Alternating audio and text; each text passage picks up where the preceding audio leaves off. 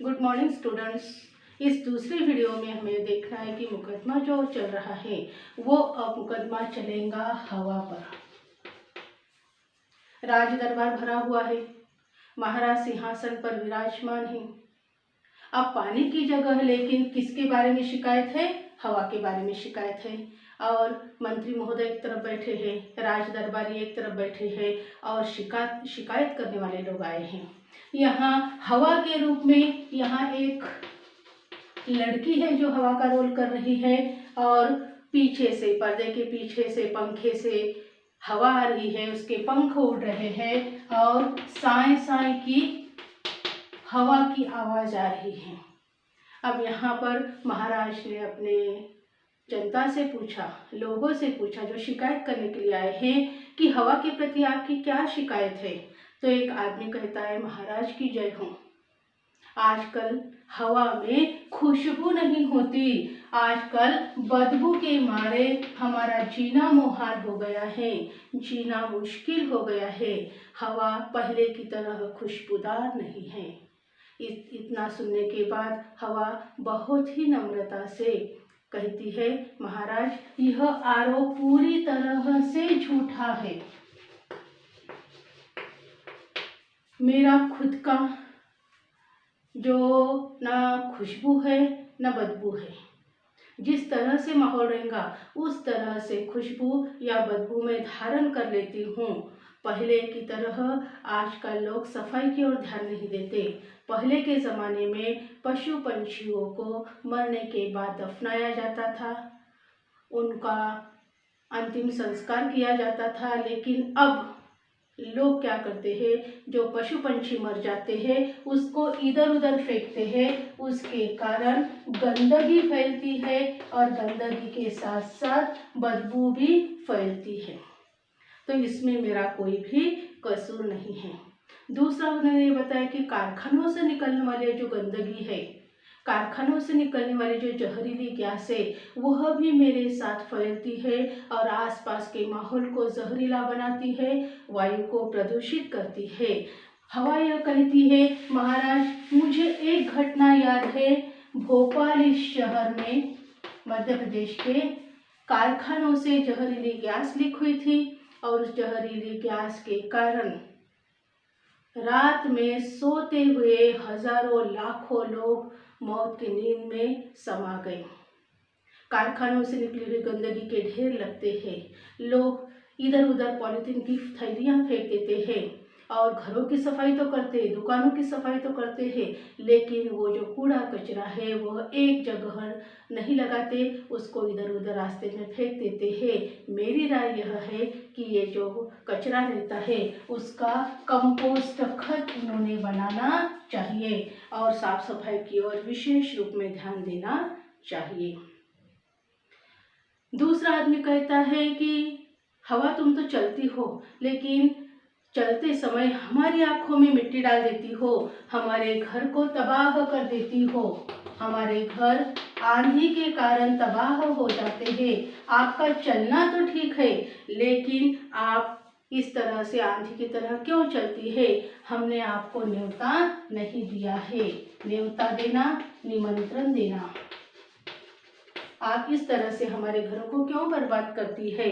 तो हवा बड़े शालीनता से, बड़े नम्रता से कहती है, मैं किसी के निमंत्रण का इंतजार नहीं करती, मेरा काम ही है चलना। आप अगर कहते होंगे, आपको अगर एतराज होगा तो मैं चलना बंद कर देती हूँ। और सचमुच हवा का चलना बंद हो गया। जैसे ही हवा का चलना बंद हो गया, एक ही मिनट में लोगों का दम घुटने लगा, लोग तकलीफ महसूस करने लगे। उतने में मंत्री ने कहा, अरे हवा रानी आप तो नाराज हो गई हैं, आप अगर चलेंगी नहीं तो लोगों की जिंदगी कैसे चलेगी, हमारा जीना मुश्किल में पड़ जाएगा। तो मंत्री की बात सुनकर हवा फिर बहने लगी। महाराज ने फिर लोगों से पूछा, और कोई शिकायत हवा के बारे में?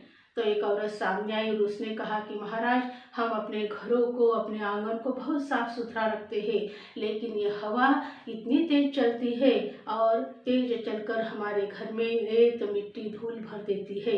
ये चले, लेकिन ये आंधी की तरह क्यों चलती है? इस तरीके से उस औरत ने हवा के बारे में शिकायत की। तो हवा क्या कहती है? आंधी से इनका मतलब मेरे तेज चलने से है।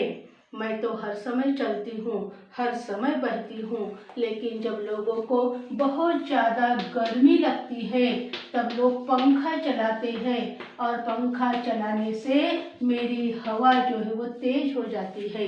एक तरफ दबाव कम होता है, एक तरफ दबाव बढ़ जाता है। तो जहाँ हवा का दबाव कम रहता है उधर मैं तेजी से जाने लगती हूँ। तो जब तेजी से जाती हूँ तो तेजी से जाते समय रास्ते में जो मिट्टी, धूल, कंकड़, जो बिल्कुल ही हल्की चीज़ें हैं वो मेरे साथ उड़ने लगती है और आसपास में फैलने लगती है।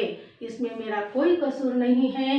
लोग घर, नगर, दुकान इसकी सफाई तो करते हैं, लेकिन वो कूड़ा कचरा रास्ते में फेंक देते हैं, कूड़ा कचरा बीच में फेंक देते हैं। और आजकल तो लोग क्या करते हैं, पॉलीथीन की थैलियाँ इस्तेमाल करते हैं और पॉलीथीन की थैलियाँ ये वज़न में हल्की होती है, मेरे साथ उठने लगती है।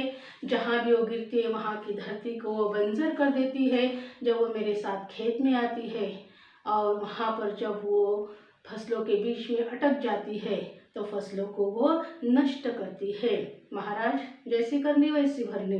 जो ये लोग कर रहे हैं उसके अनुसार ही इनको फल मिल रहा है, लेकिन ये सब देखकर, ये सब सुनकर मेरा मन बड़ा दुखी होता है।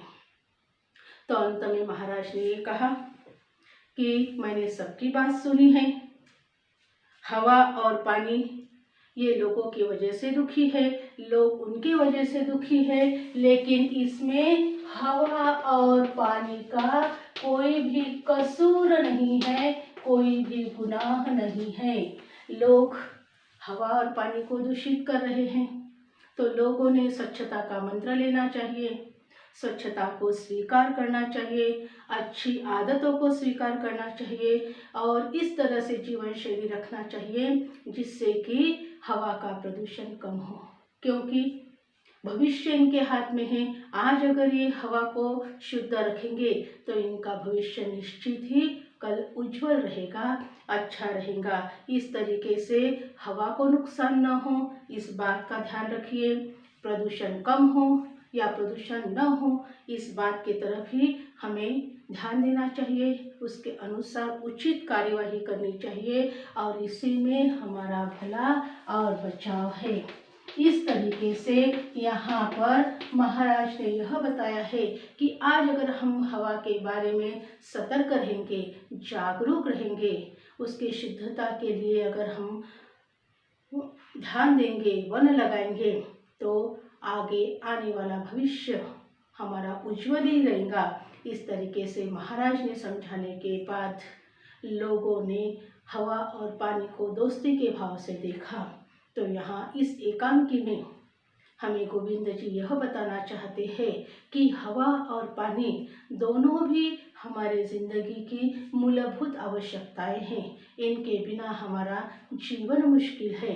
अगर ये दूषित होते हैं तो हम तरह तरह के शारीरिक और मानसिक व्याधियों से जकड़ जाएंगे, हमारा जीना मुश्किल हो जाएगा, आने वाली पीढ़ी को उसका परिणाम बहुत ही भोगना पड़ेगा।